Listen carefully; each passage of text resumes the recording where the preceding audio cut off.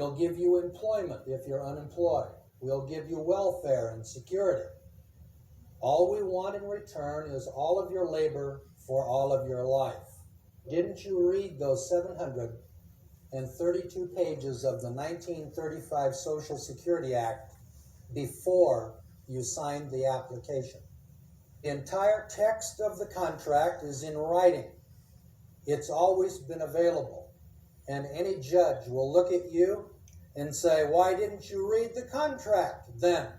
And you might say, well, I didn't know anything about the Social Security Act of 1935. Nobody presented the contract to me. That's because it's called an adhesion contract. You didn't hear of adhesion contracts in public school?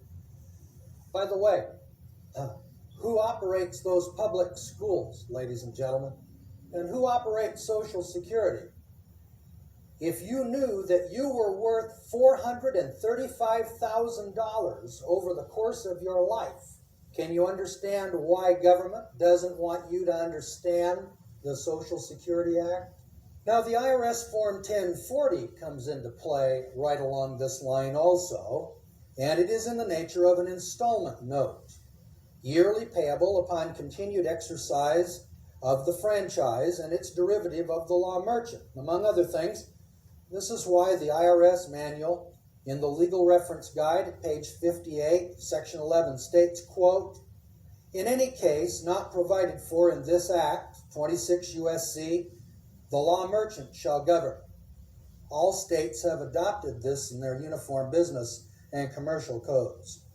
In UCC 1-103 of Arkansas Uniform Commercial Code, 85-1-103, Washington Revised Code 62A 1-103, every state in the Union has such a provision.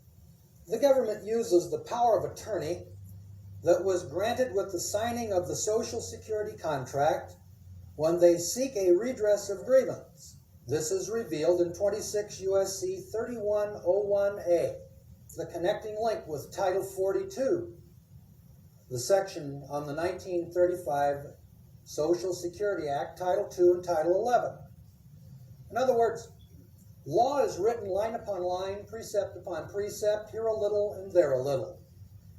It's the methodology whereby we keep you perpetually deceived because, first of all, you've never been trained in law, and secondly, those that are trained in law would have to be trained in legal research to ferret out the connecting links to tie the jurisdiction of Title 26 and the income tax to Title 42 with Social Security.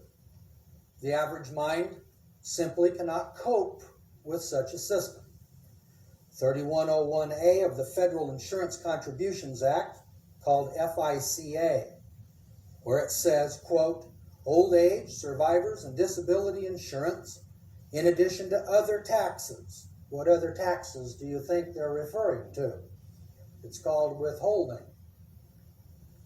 There is hereby imposed on the income of every individual a tax equal to the following percentages of the wages as defined in Section 3121A, received by him with respect to employment, as defined in Section 3121B. Without a Social Security account, you can't pay an income tax because you're not a taxpayer.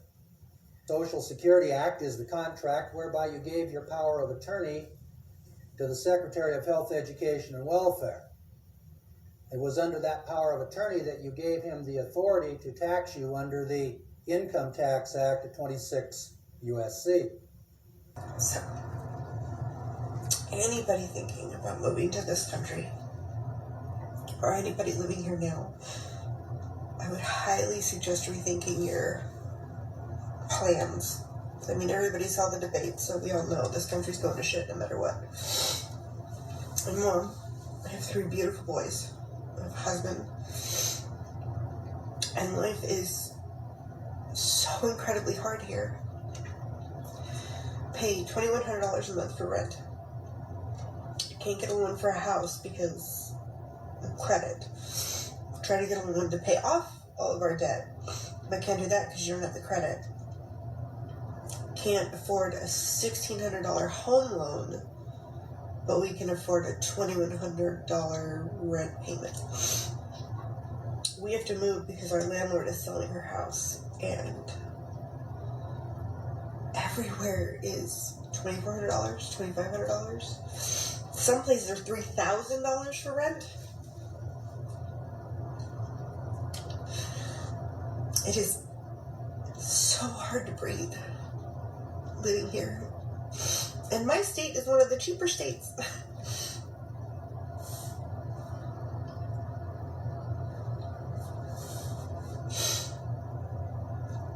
We're not okay.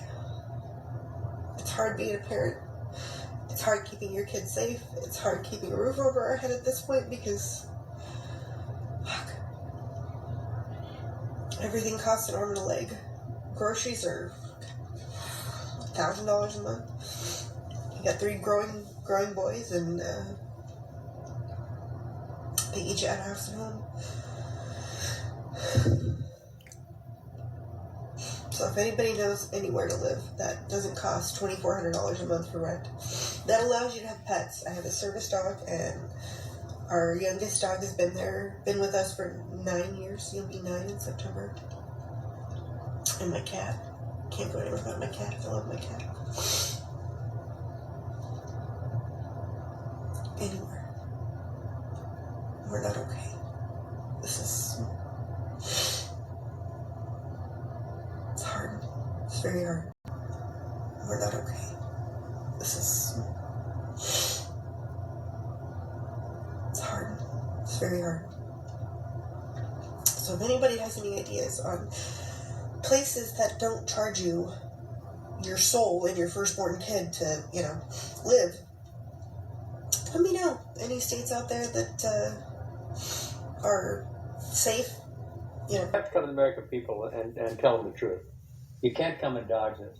You got to say, here the fact, and it's not complicated. It's not like a cure for cancer. It's a relatively straightforward problem.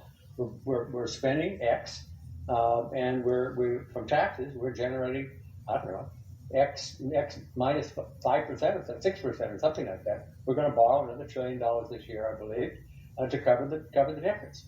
And the only way we can solve that problem is be aware that we got to keep the economy growing. All of us want the economy to grow, so we got to look for a way to generate additional revenue. Take Social Security for example. It's a relatively easy problem to solve. You are going to have to raise some additional revenue. I personally would like to see lower income beneficiaries get more rather than less. 40% of them right now, that's all they've got for income is Social Security. You're also going to have to make adjustments in the benefits. And for you that are covering this thing, the first thing that will happen, for every single time there's proposal to fix Social Security, the people will be turning out their heads saying, Bob Kerrey wants to move the retirement age back. That's not true. There's no such thing as a retirement age any longer. We eliminated the need to quit work in order to get Social Security benefits. You don't have to retire to get Social Security. There's an early, there's a normal, and there's a late benefit. That is true. And those are going to have to be moved a bit. So you're spending and you got revenue and you got to balance the two out. And it's supposed to be covered for all, all generations. 75 years it's supposed to be covered, and it's not even coming close. It's just not fair, and not fair. And so you got to come and say we can solve this problem. We're going to have to reduce the benefits a bit. We're going to have to generate some additional revenue. We can keep our economy growing. We can make Social Security even more fair than it currently is. But we got to be brave. We got to think of those men who landed at Normandy 80 years ago and say we've got to act the same way, because it is going to take courage. It's not going to be easy, and the American people have to recognize and appreciate when you've got people when they do finally step forward and say we're brave enough to get this done. You're very clear-eyed.